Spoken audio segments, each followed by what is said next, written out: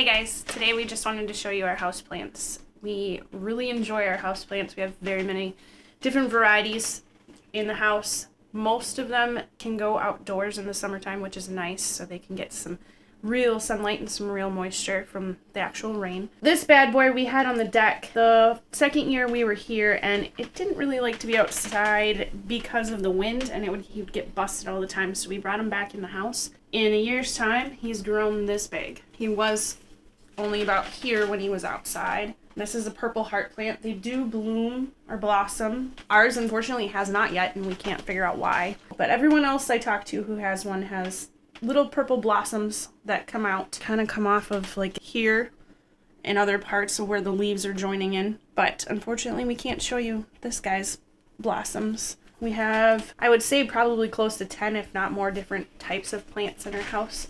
One of the other outdoor plants that is typical for outdoors during the summertime is a fuchsia plant. We got this for, I think, $1 at Walmart. A friend picked it up for us last summer, and we planted it and have kept it inside all winter long, and she decided to blossom.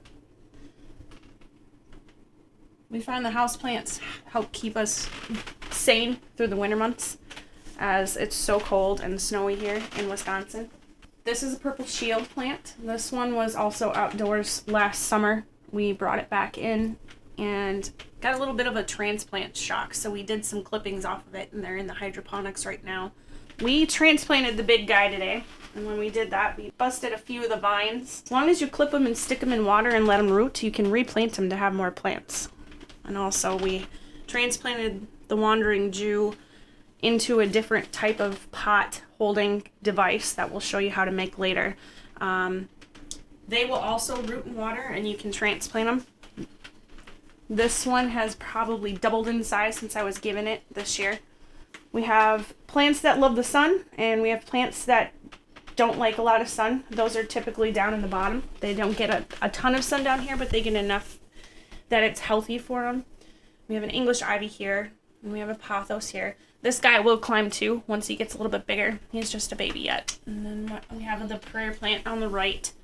And down below on the floor right now, until I can get more room, and we have our new addition, our resurrection plant, or what's also called an everlasting evergreen plant. You can take them out of water and let them dry up, and they'll be fine for 50 years. And then you can rehydrate them, and they'll come back alive. He was all brown and all closed up like this.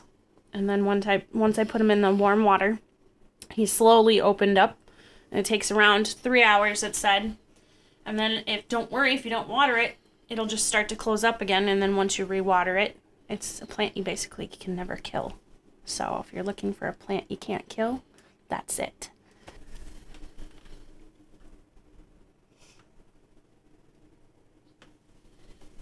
We have many different spider plants. These were Jake's before we met, and we transplanted those into larger pots. They're doing much better. We also have tons of aloe from a friend of ours. This is just one of many plants. They will reproduce also, and they're very easy to take care of. You barely water them. Burrow's tail is a type of a succulent, along with this sedum succulent back here. If you happen to lose a leaf, you can propagate those too. They're not that hard to take care of, just a little bit of water at a time. I've actually planted a lemon tree back here last summer, and I planted quite a few of them in there, and that's the only guy that made it. I think the squirrels got to him on the deck. So he's staying inside now. We also have a peperomia plant, an umbrella tree plant, dracena. We have coleus over here, which was a rescue from the garden center. And then we have a monstera down here. I just clipped some dead leaves off of him.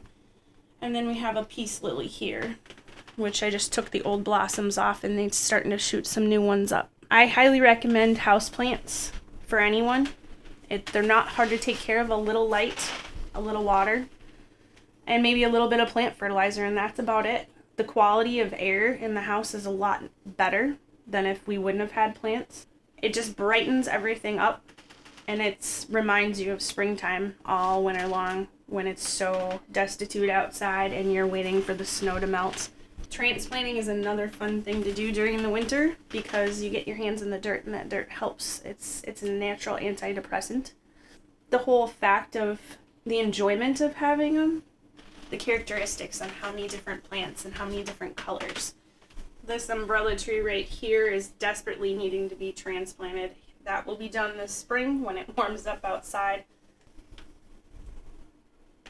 Well, if you have any questions, guys, feel free to type it in the comments below or send us a message on our Facebook page, Hagen Hill Design. We look forward to hearing from everyone. And again, we'll have some more videos coming out about the plants and more this summer about planting vegetables and herbs and how to tender and take care of them. Thanks for watching.